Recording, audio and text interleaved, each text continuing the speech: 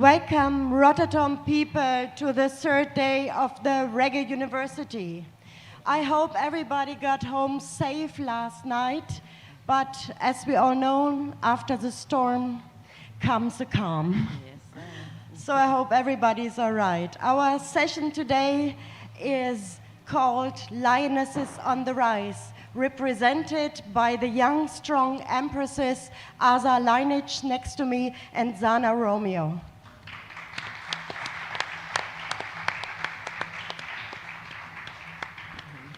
Before delving into the topic, let me quickly, as always, introduce my colleagues. We have David Katz from London, writer and author of the Lee Scratch Perry biography, People Funny Boy and Solid Foundation, as well as Pier Tosi from Bologna, DJ and radio host. Next to me is Pete Lilly, and my name is Ellen Koehlings, and we're both editors of Riddim Magazine. And let me, take a quick introduction to Aza. Aza Lineage's deep, rich vocal tone reminds me of Grace Jones. Even though her lyrics transport the pain, trials, and tribulations of the underprivileged, she simultaneously strengthens her listeners with hope and positivity. The Kingston-born artist flows easily between singing and DJing, eloquently riding the rhythms with her Rastafari messages. Even though there's no album yet, she has released quite some singles and mixtapes. Welcome, Aza Lineage. Thank you for having me, Ellen. Let me also quickly introduce Xana. Xana Romeo's voice alternates beautifully between smooth, angelic singing and cool rapping. Her lyrics are informed by a conscious liberty and Rastafari teachings. With her father being the legendary roots reggae singer Max Romeo, her godfather, the late producer extraordinary Bunny Lee, music was put in her cradle, so to speak.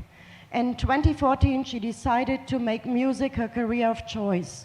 The Kingston-born artist already released 2 awesome albums, Wake Up from 2016 and last year's The Roots of X. Welcome, Xana Romeo. Thank you for having me. It's an honor. I want to start with a question which is kind of for both, because both artists come from an underprivileged area, so-called ghetto communities, Aza from Augustown and Xana from Greenwich Farm. And both artists do have songs about their places of origins. So let's listen to Where I'm From by Aza Lineage before I ask you some questions.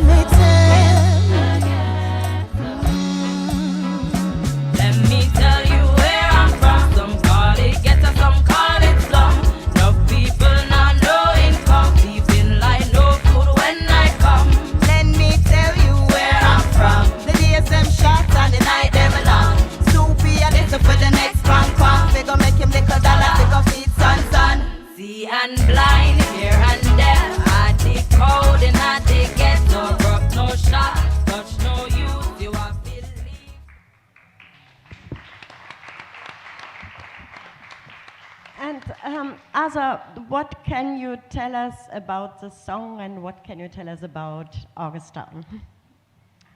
Good evening. Once again, my name is Aza Lineage from outer Augustown, Kingston 7, Jamaica. This song, Where I'm From, gives a description of where I'm from, the life that we live in Augustown. To some extent, I mentioned not a lot of people having a steady income, the night long, because more while, the gunshots will fire. So fire in the night, so it will appear that the days are shorter than the nights, with so much happening in the night. Augustown is a source of inspiration to I. There's a lot of things there that I see that I say, oh, I would do that, or wow, I have to avoid that, you know. So I respect the community, I respect the place for what it is. Yeah, big up Augusttown. When we interviewed you there in 2018, I think it was, it's already 4 years ago, there was a state of emergency in Augusttown. So maybe you can describe what is the situation right now. You just mentioned, you know, the ringing gunshots in the night. So is it getting better now, or what is the situation? There's still an state of emergency in Augusttown. The war is ongoing between, you know, the youths, and maybe some things beyond my knowledge. So it has been this way for quite some time. Of course, you have different people coming in to try and intervene, to have the youth them going a different way, you know. So it is not the easiest situation to live in. But, you know, we maneuver through it. We maneuver through it, you know. And people, they respect what we are doing, trying to take a different route, trying to put some positive music in the ears of the youths, you know. So that also allows myself and the lineage to go through with great respect in Augusttown, you know, because of the choices that we made. Okay, thank you. And now we would like to play a song by Xana, which is called Product of the Ghetto, from her latest album, Roots of X, an autobiographical version of Marlene Shay's Woman of the Ghetto.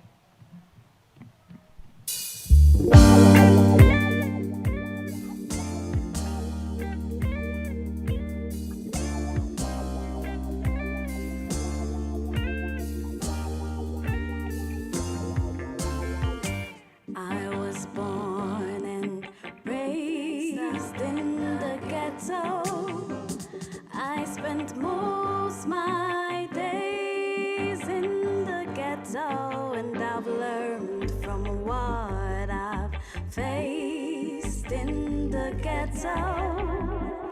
But still I'll never let go, no, no. Me never born uptown. Greenwich Farm is where I call home. 20 Sea View, that was my playground. No shame to my roots, stay proud. Don't know for them quick fi sell out. Them get caught on police payroll. Thank God Max Romeo work hard for him own. No blood money never buy my crown. I was born and raised.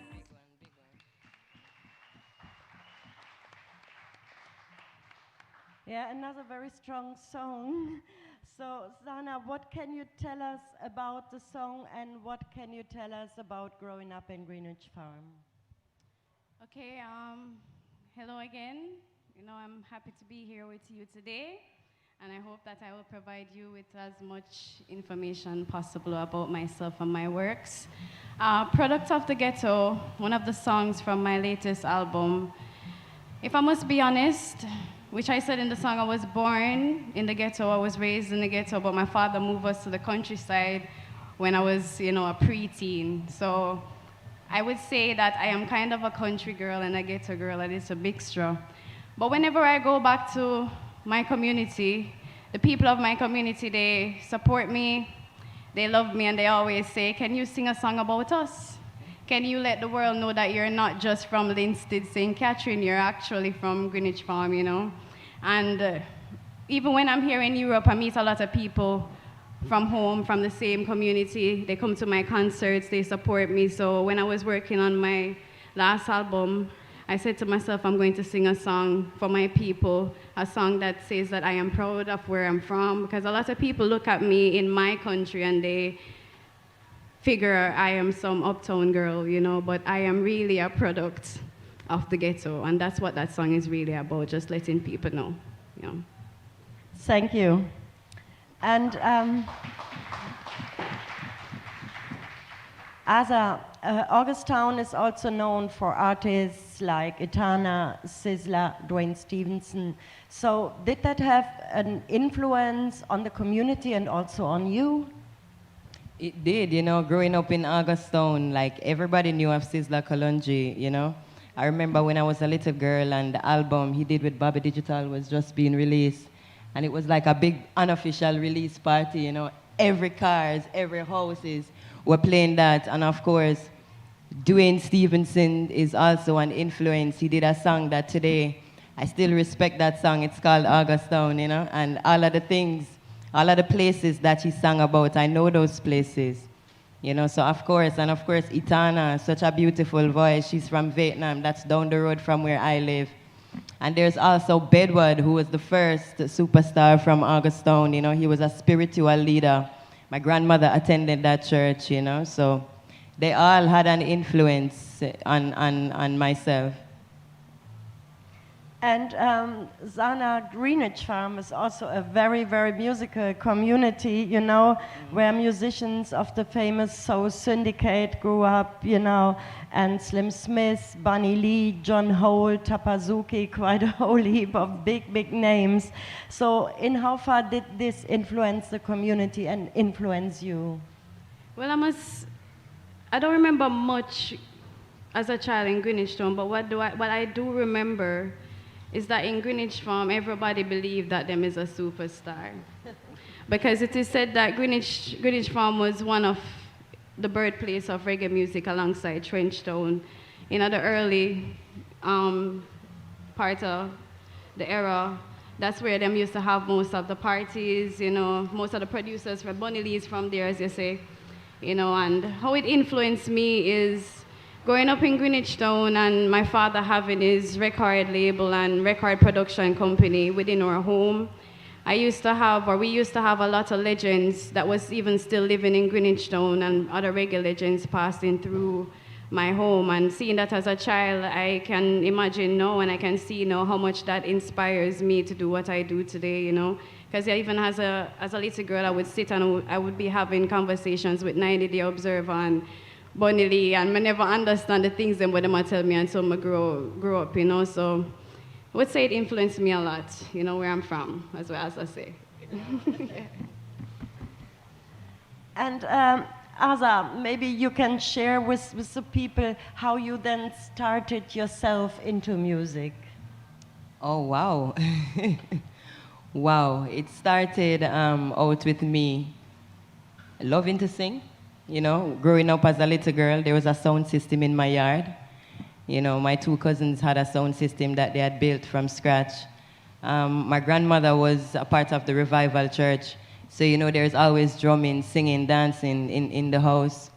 Going to primary school, I used to be my friends, I used to be their artists, you know, like their main entertainment.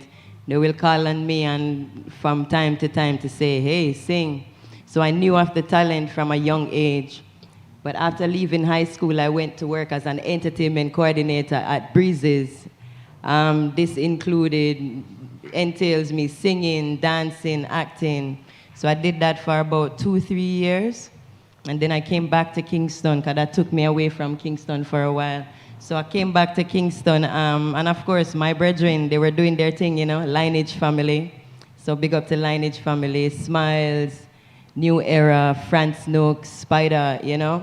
And we grew up in the same community and they knew of my talent. So they encouraged me to say, hey, you know, it's, I think, you know, just do it. What happened is, what was a confirmation for me, I went to a cultural event in Kingston. I think it was Vinyl Thursday. And I saw them at the same event. And to me, that was a confirmation, you know, to say, okay, yeah, man, it's time.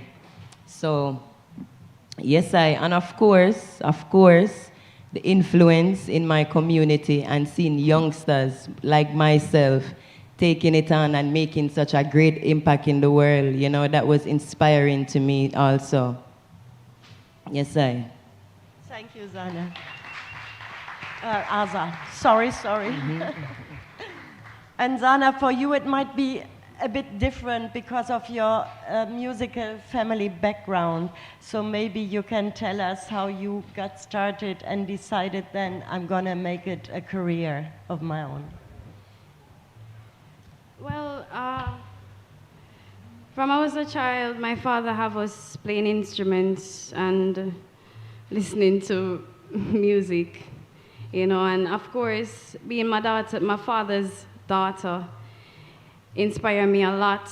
But what really inspired me to be Xana and to write the type of music I write and to address the topics is really me looking around on the streets of Jamaica and see that the people don't really have a voice, you know, and some of the things that they would like to talk about, even in a friendly conversation, they can't because it will turn out in war.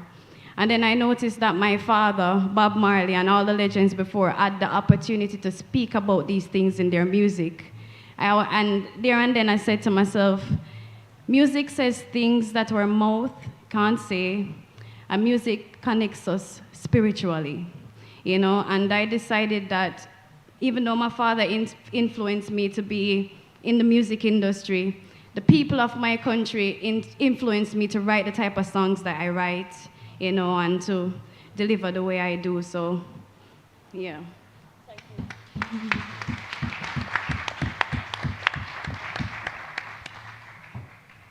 Aza, you mentioned your type of family. You know, Xana has a family background, but your family background is the lineage family. You told the people, you mentioned a few names, but maybe you tell us a bit more about it, because it's really like you're coming together, you're having community dances, and what is, you know, yeah, what is lineage all about? I see you all, because they're all doing the L. If you see Aza doing this, it's the L for lineage family. L for lineage, L for love, L for longevity. Yeah, once again, shout out to the lineage. You know, it's a group of youths who came together. We don't necessarily sing together, but we live in the same community. We have the same challenges, you know, and we are there as a rock for each other. So wow. So you have New Era Beatbox, who is a wicked, you know, beatbox. He makes very good instrument with his mouth and thing. Franz was one of the best rappers I have ever heard, you know. Unfortunately, he dropped flesh a few years ago, you know, so shout out to Franz. Spider is also a wicked singer. So it's a bunch of creative, innovative youth. We don't necessarily sing together as a group, but we come together like a Wu-Tang Clan kind of vibes, you know? We support each other, yeah, man. We support each other musically and otherwise. And they are a source of inspiration to I, because these youths, we grew up in the same community. They could have made a decision to go do anything else that is so easy to do. But they, you know, I admire that they kept it on a positive path, and they said they're gonna deal with music, and from that day till now, that's what they have been doing. And not one person in the community can say that any one of them has ever been involved in anything negative, you know, so I respect them for that. I respect them for that.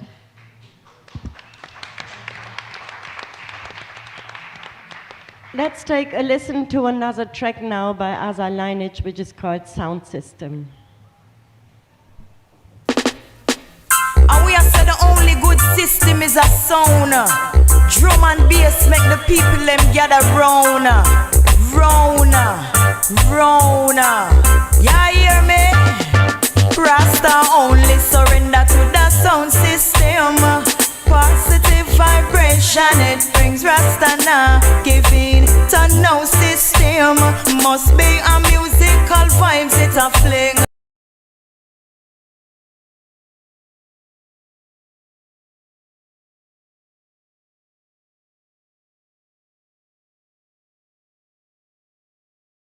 Victim, time's hard. Forget about your troubles and sing. Feel the bass line in your soul when you're dancing. Think you mini rock steady, you're skanking. Big spliff in our mouth, you know we vibing.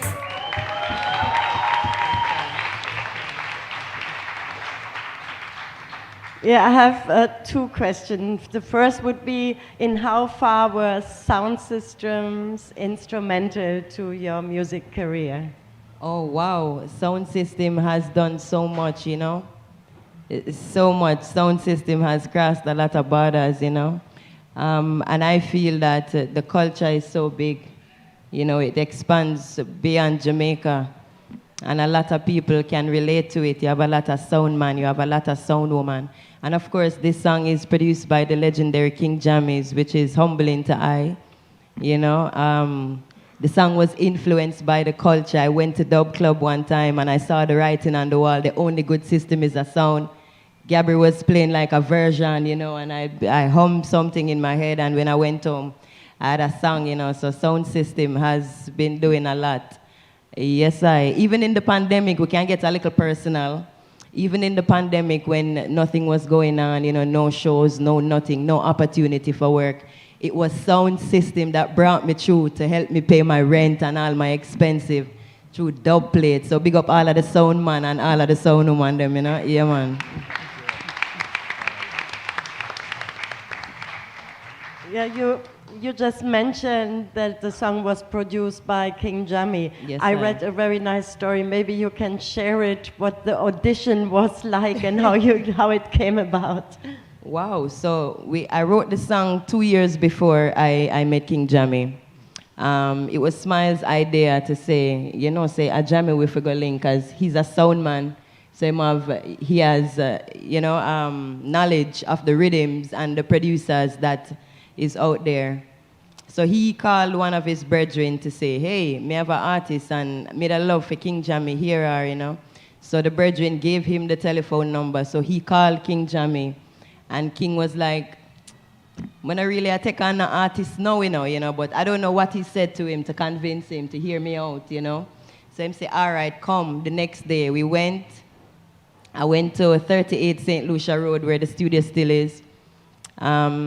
I waited on him for about 5 minutes. He was very professional, very early. So when him come, he looked on me, you know, from head to toe and said, what? You are artist?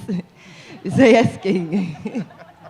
So he said, okay. Not in any disrespectful way, you know, but if you know King, he is a very jovial type of man.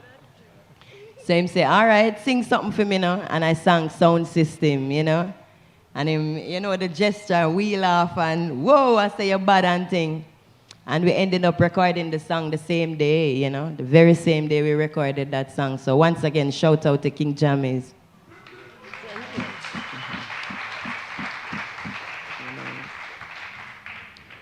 Xana, I'm not sure if you also started out on sound systems, but having grown up in Greenwich Farm, you must have been surrounded by sound systems. Maybe you can tell us if that also had an influence on your music. Well, if I must start from Greenwich Farm, it was crazy. Street dance every night. Big sound string up out of my gate. Exodus Nuclear, you know, Jack Scorpio. It was, and then my father moved us from there, bring us to the country, and him build him own sound system. You know, so I personally never grew up DJing on sound system. But I grew up following famous sound systems across Jamaica. You know, one of my favorite sound systems in Jamaica is Stirgraph.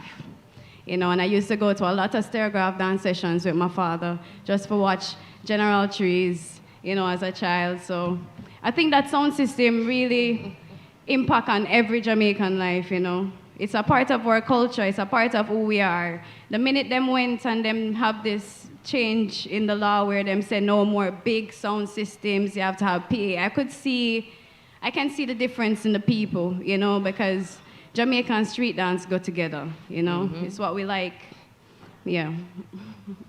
Yes, thank you. Yeah, nothing beats a Jamaican street dance, I guess. We can try the best, but yeah, I can recommend it to everybody to experience it in Jamaica directly. Yes, sir. And what part, another question to the both of you, do the root sessions play in Jamaica? You know, right now it's only Kingston Dub Club, but there were Vinyl Thursdays, Dub School, Inner City Dub. You know, what role did they play for young, conscious musicians and artists? Wow, all those events that you had just mentioned gave me my start officially, you know. So shout out to the Dub School, the Kingston Dub Club, the Vinyl Thursday. And there was another one, Inner City Dub, Nation, big up.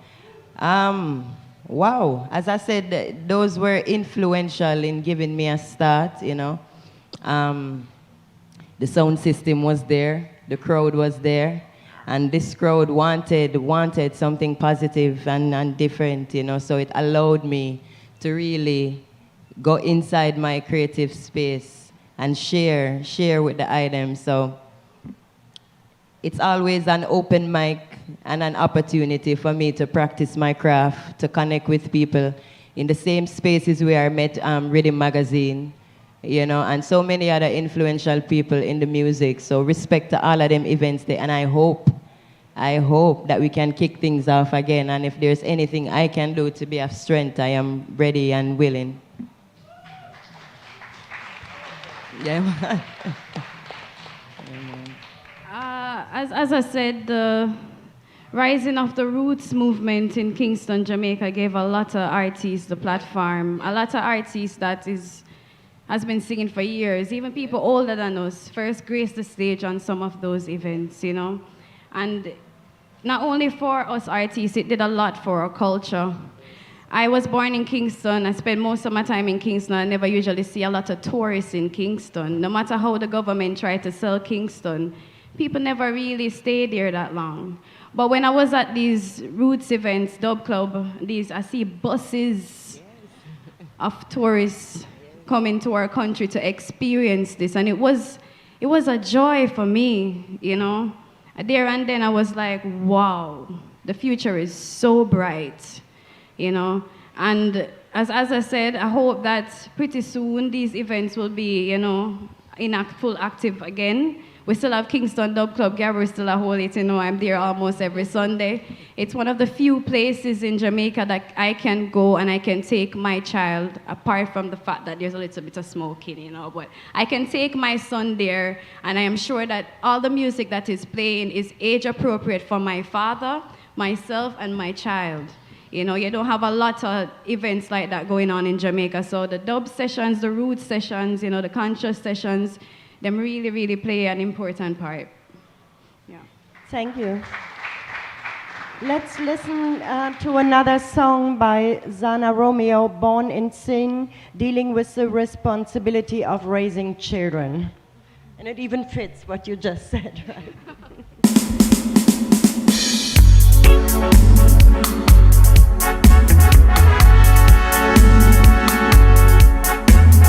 Living, yes, we're living in perilous times. Born in sin and raised them in iniquity.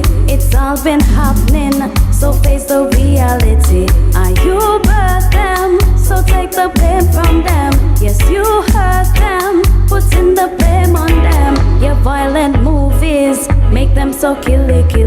Perverted music, taking their virginity. And you birthed them, so take the blame from them. Yes, you hurt them. If I know you, then I who then? Me not corrupt mind power over our youths them, and make it sure them church alone controls our school them.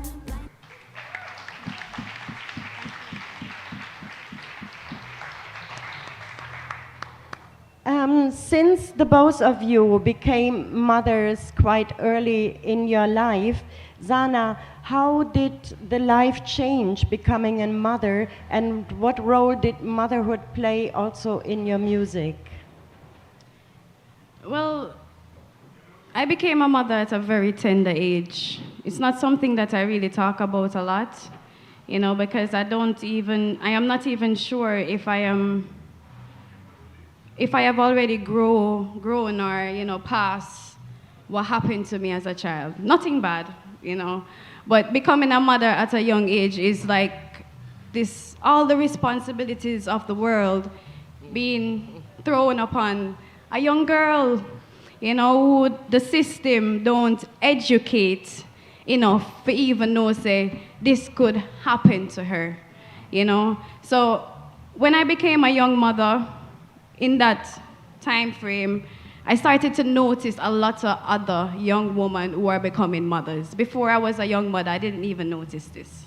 I started to notice how much it is, the situation that them in, what caused them to even become a mother, and what them have to live with after, you know. And I was like, I am blessed, you know. When I became pregnant at the age of 16, my parents, them take me with a hug, you know, and them helped me up until this day. I have 2 children now. I just had a daughter in January over the pandemic, you know, and yes, thanks. With my son, becoming a mother with my daughter, it's like I am so grateful for my mother.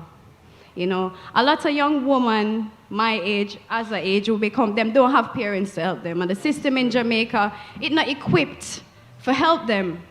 You know, me, I try to help them. I want to help them, and I wish all the help on them, you know, but I don't even know what to say. It's such a big topic. It would probably take up the entire, I am very passionate about this. I have a foundation that I give back to young mothers. Those are the ones who don't have the opportunity to go back to school. So I try to help them to get back into school and to get people to help them to fund their tuition.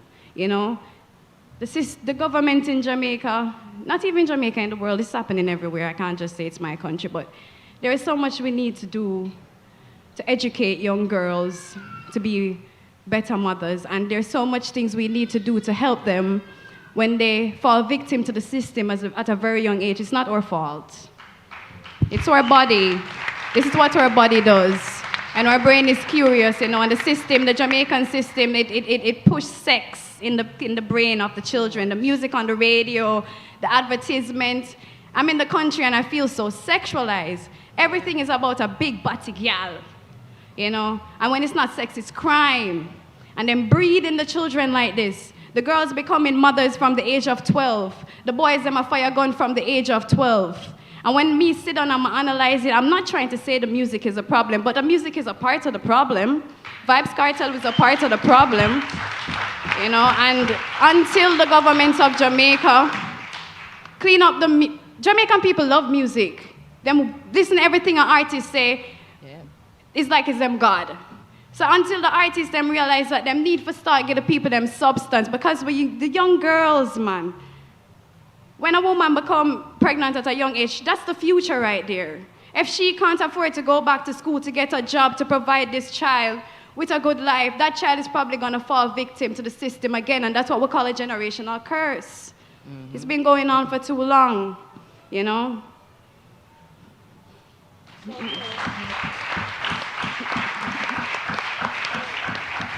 Thank you, Xana, for sharing that with us, you know, and yeah, maybe you can check out more about her foundation. I guess you find that online, and yes. You know, support is needed very much, and I think she explained it really good, you know, the effects the music and everything can have on the people, but it's not the music itself. And Aza, what are your experiences? Oh, wow. I am also a mother to a January-born girl. She's now 9 years old. Wow. Wow. It has been a mother, like immediately I had to grow up. You know, it's, my mother also had me at a tender age. She was 16. And because of the lack of education towards these things, as Xana said, you know, the same thing happened to me, you know? But then I made a decision to say, hey, this is where it stops. You know, I will not allow my daughter to go through this. So I try my best to educate her on a lot of things. She's 9, you know, preteen, the brain is kicking, and there's internet and TV, so she knows what's going on. As Xana said, if they're advertising a little biscuit, it's a girl with breasts outside, you know, everything is so sexualized. So it puts it really, I have to have some not so comfortable conversations with her, but she understands. She understands. In school, she's doing very well, because I made sure, you know what? There's not much opportunity, and I don't want the same thing to happen to you, so I make sure that in school she's doing well. I tell her about the importance of an education, you know, and I kind of shelter her growing up in Augustown. She's not exposed to a lot of things, because I know the dangers of being exposed to too many things too early. As I said, I had to grow up, you know, very fast. I had to grow up. For a very long time, I was a single mother because her father ran away from his responsibility. All of them. Yes. They all do. That is like, it's like an old scratch record, you know, if you should check, you know. So I say to all the mothers in Jamaica that has to put up with so much, that have to go through so much, that have to sacrifice so much, just because you don't want your child to have the same experience that you do. You know, I commend you. I am still a mother in training because it's not something that you learn it overnight and say, oh yes, I'm the best mom. Yep. There's still things that I'm learning and unlearning. You know, lucky for me growing up, I had my grandparents, my grandmother really, which was the head of the household. So, you know, a lot of her teachings went inside. So I tried to impart the same thing on my daughter, you know. And I try to shield her as much as I can for as long as I can. I know that she's going to go out in the world, but hopefully she can take what I have told her, you know, and showed her and what other people have been through. So it's an ongoing job, you know, it's an ongoing job. Yeah, man.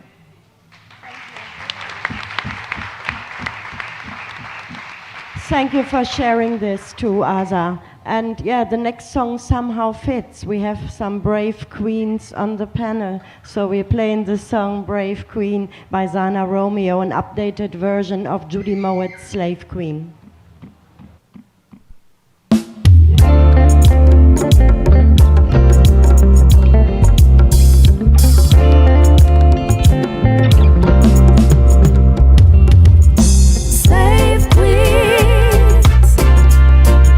Remove the shackle from your mind. Slave queens, remove the shackle and unwind. I too was blind, but now I see. I have relinquished slavery mentality. Now that it's time for all the queens to go home, you're fashioning all the nations, and you don't seem to care. You bleach your skin, inject your.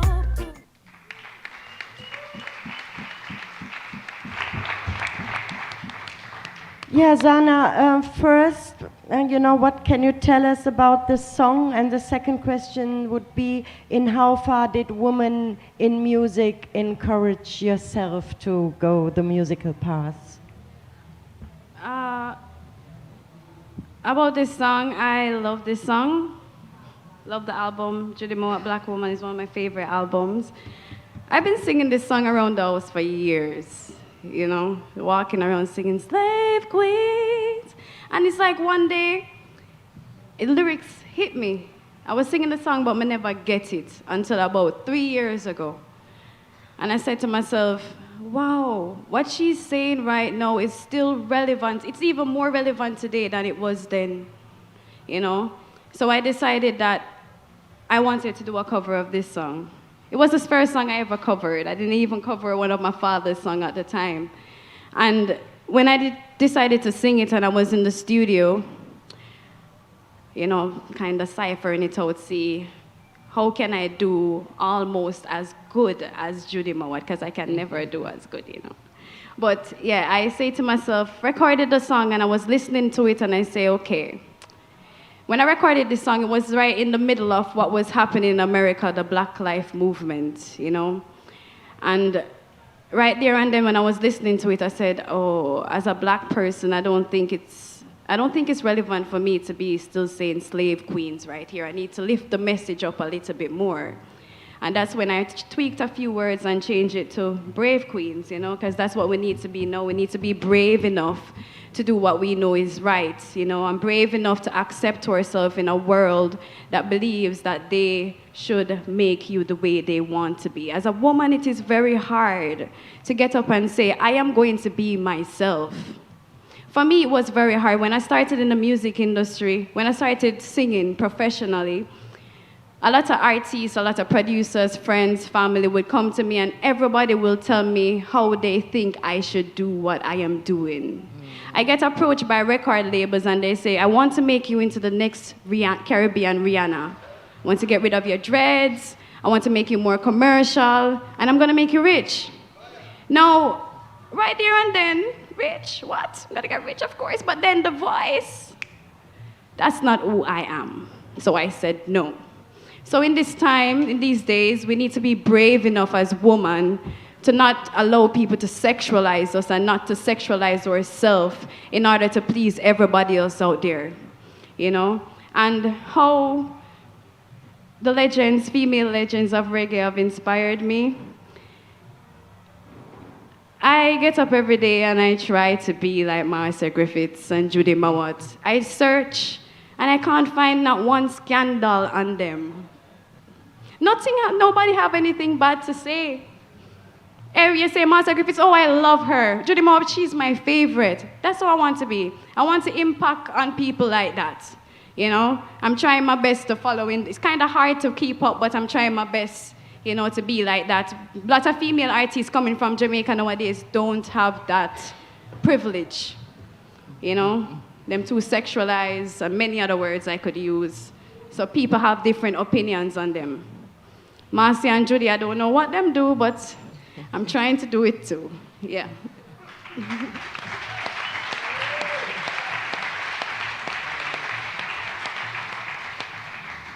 And Xana, reggae has always been dominated by men. So what was it like to enter the field of music as a female?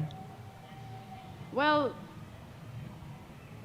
there's two sides to this story. One side of it is being Max Romeo's daughter, and one side of it is just being a woman in the industry. Now, when I entered the music industry, let's start from when I recorded my first song. When I recorded my first song, I sent it to a lot of selectors who were my friend. Nobody would play me. Because they say, because of how you look, I didn't think that your music would sound like that.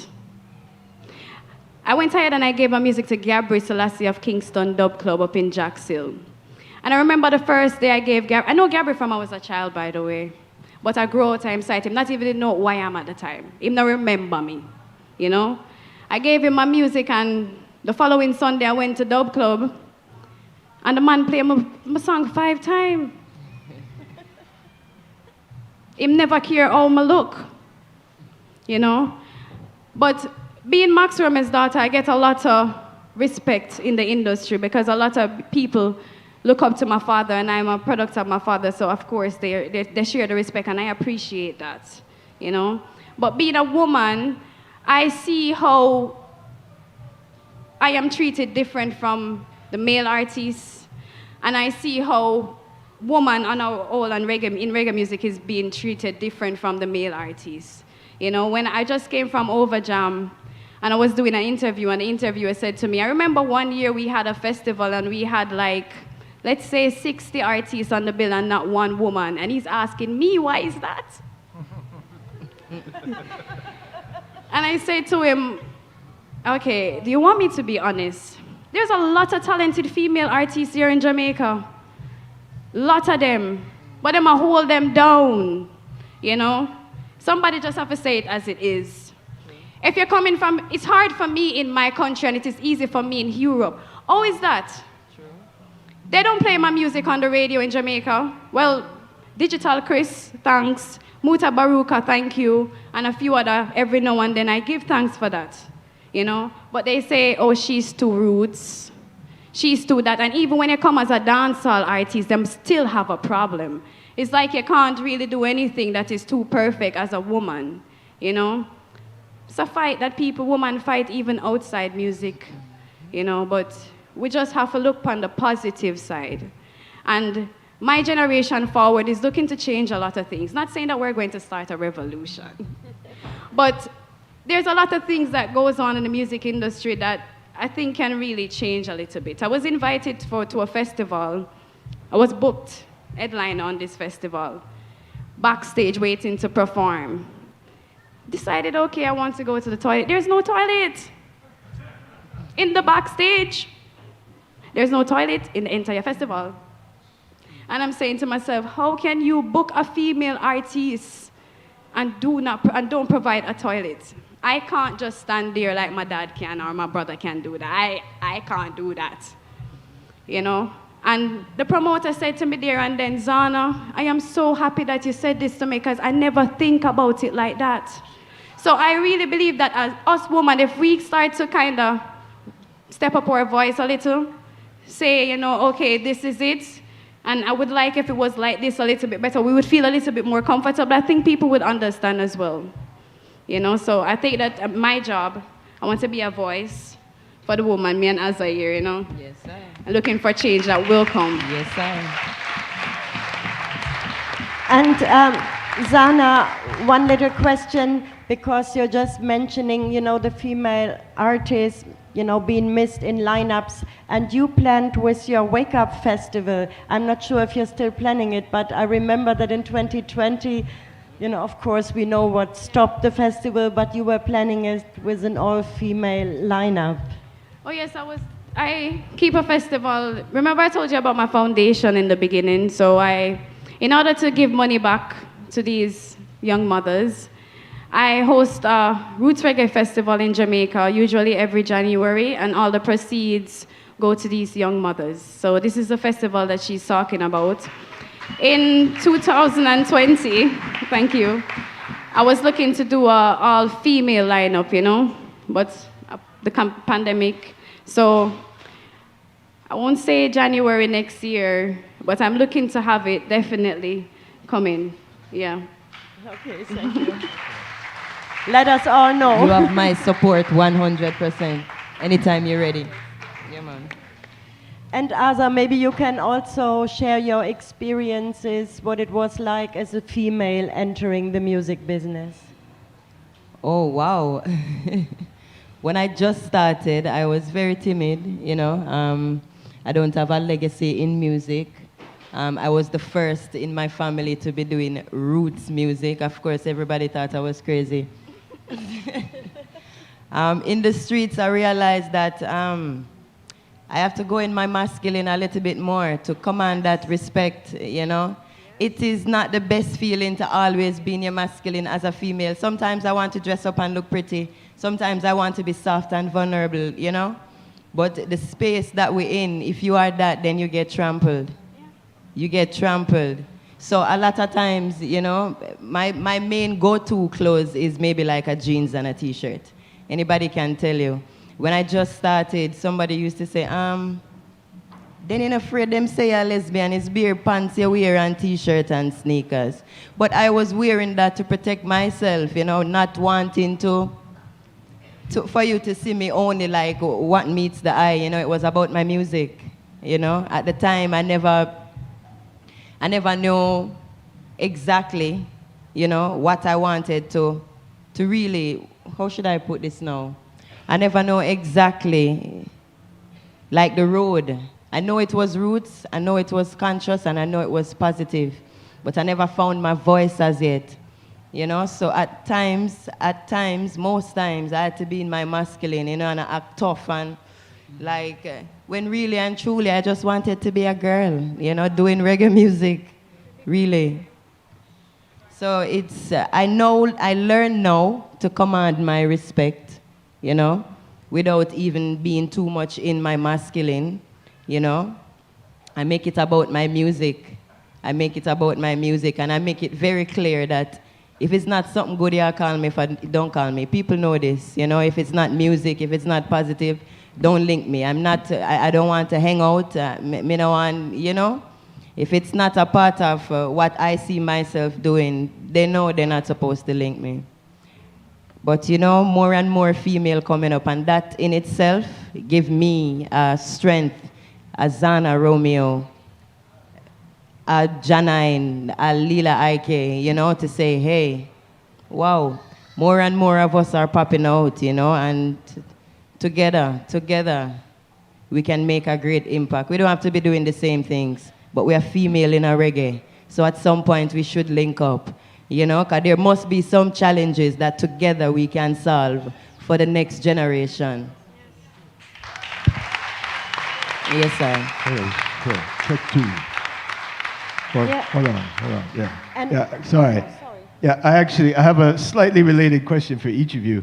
So when I listen to your music, it's definitely rooted in roots reggae, but at the same time, there are some other elements that come in.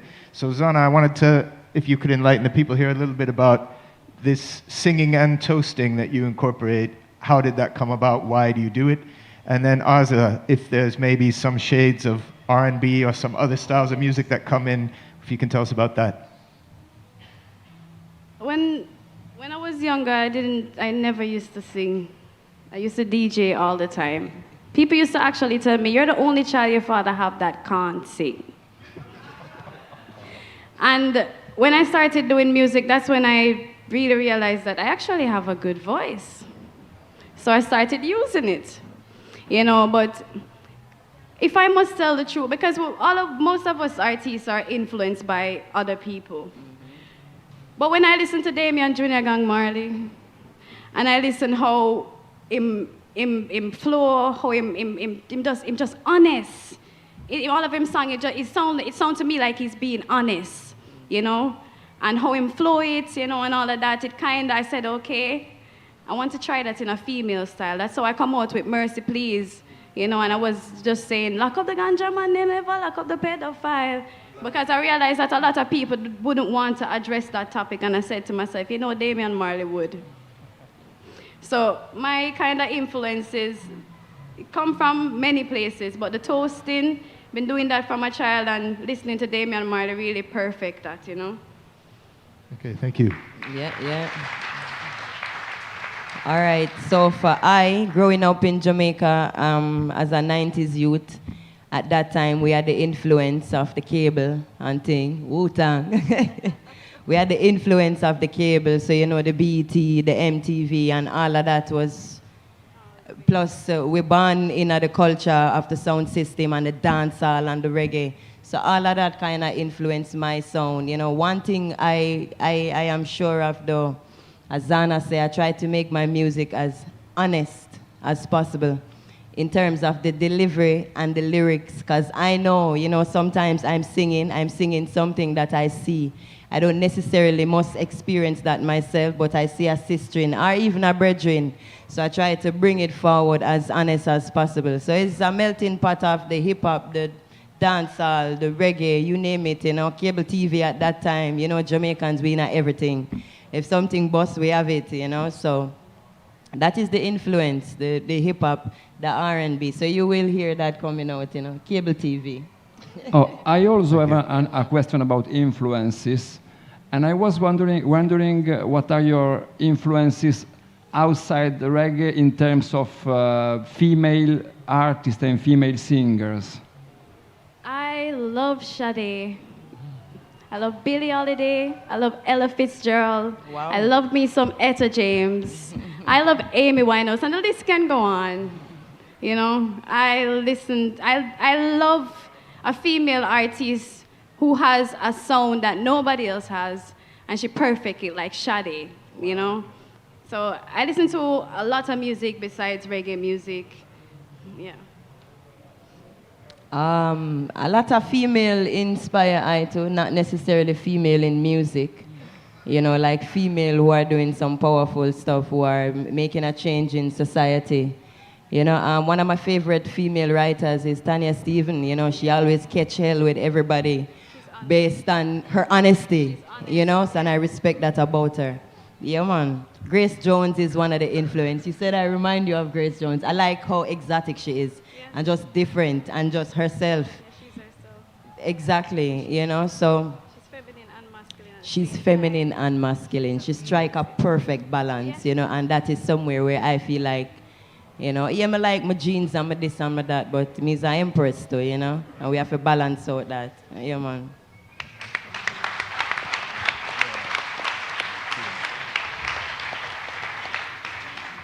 Xana, you mentioned Kingston Dub Club before, and I would love to talk about another topic in both of your music, which is Rastafari, and one song which is still a pillar in the Kingston Dub Club. And I remember the night you said when Gabriel played your music, you know, Raid Rasta. Let's take a listen to it, a beautiful song.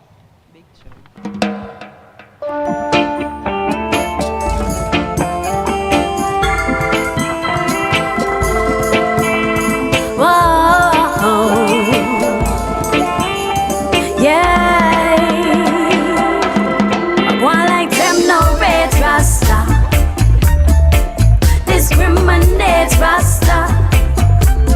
Yes, them underrate Rasta. Emperor Selassie, I am my master. Them a go like them want for Rasta. War on come score Rasta. Them for no say I got your Rasta. Emperor Selassie, I am my master. Soul is a roaring lion, my heart's ignited by Zion. I will never stray or lose my way, cause we get judged by the dread of no heads, and I be a propaganda them Big spread. tune. Thank you. And Xana, as the daughter of Max Romeo, has it ever been a question for you turning the Rastafarian path, or was this something like an inborn concept, and because growing up and being groomed in the family, or? Well, I grew up with my father, who is a Rasta man, but he never necessarily forced being a Rasta on any of us. I am actually the first one from my father to even have dreadlocks. My brothers and sisters were all different, you know. Me and Azizi is very much close as we're in the music industry together. But I grew up in an environment that is highly inspired by the teachings and the life of His Imperial Majesty Rastafari Makonnen. But it wasn't taught to us as a religion. It was more like a way of life. So even when I decided to get my dreadlocks, it wasn't for me even like, oh, I'm taking the vow of a Nazarene, you know. It was more like, I don't like to get my hair combed. You know, if I'm just being honest with you, you know, because even without my dreadlocks, that life that my father exposed me to, and the life of His Imperial Majesty is still a major influence on me, you know. So my father, yes, him definitely inspired me to choose the Rasta way of life, you know, and I personally think it's the best way of life, you know. I'm happy.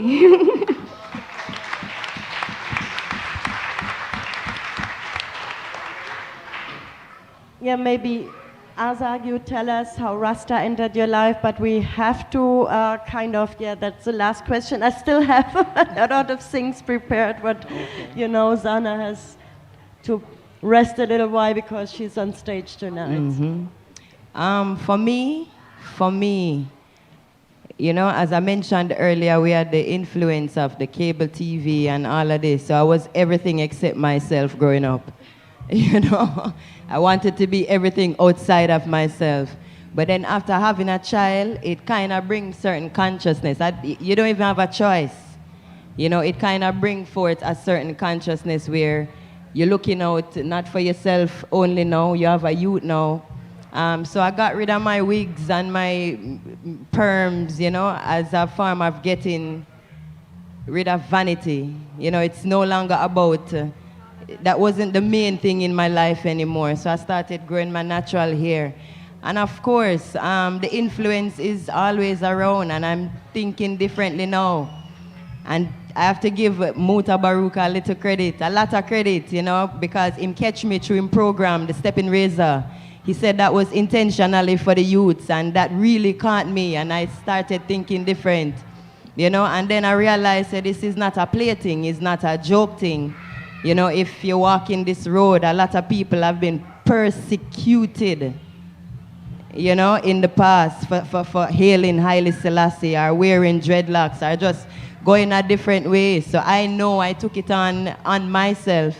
You know, I was not forced. You know, I took it on to say, if I'm going to tread this road, it can't be a joke thing. You know, I am not to say I'm wholly righteous and all of this, but I try to live my life in a way that is inspiring not only to me, but to me youth and to other people. And a lot of females say it, like, how you do it, how you find the strength to do that, you know? And I just tell them, you just have to make up your mind. So it started for me as getting rid of vanity. You know, the bling bling was kind of no, because I have my youth now. And then I started taking it serious. You know, and of course, all of the youths my age that was rising up, chanting Rastafari and making a difference in the world. That was an inspiration to I. The big roots movement, you know, even Sizzla Kolonji, my father can tell me, Sizzla make half for the community grow Rasta, you know, so it's half of Jamaica grow Rasta, so. Yes, I made a choice, but then I realized because of the influence around that I have to take it seriously. Thank you. Thank you. Thanks a lot. Now we're running out of time. I believe we've just got time for 2 questions from the audience. So this is your chance to put your question to our special guests, Aza Lineage and Xana Romeo. So who would like to put the first of these 2 questions to our special guests? And no need to be shy. This is your chance.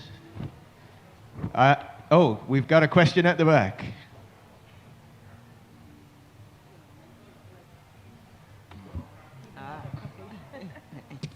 Yes, I. Greetings, my people. Greetings, Empress. Greetings. We don't have no question. Everything said, everything we have to hear and listen for your song. Just want to give you a real big up for the energy, the power, and the light you're giving us in the name of His Imperial Majesty and Empress Manan. You know already.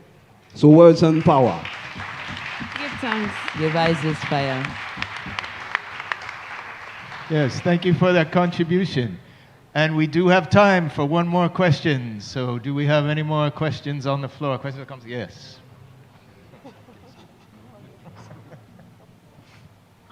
Blessed love, Empresses. Blessed love, every other king on them. I just now want to ask a question to just big the eye up for what the eye them do, and want to encourage every selector and go around and tell the man them and the woman them who select music and play dance and sound system, play more female artists, sing, play more singers and DJs out of the female section. Bless. Thank you. That is so true. So I hope every selector and selectress listens. The selector is going to do that anyway.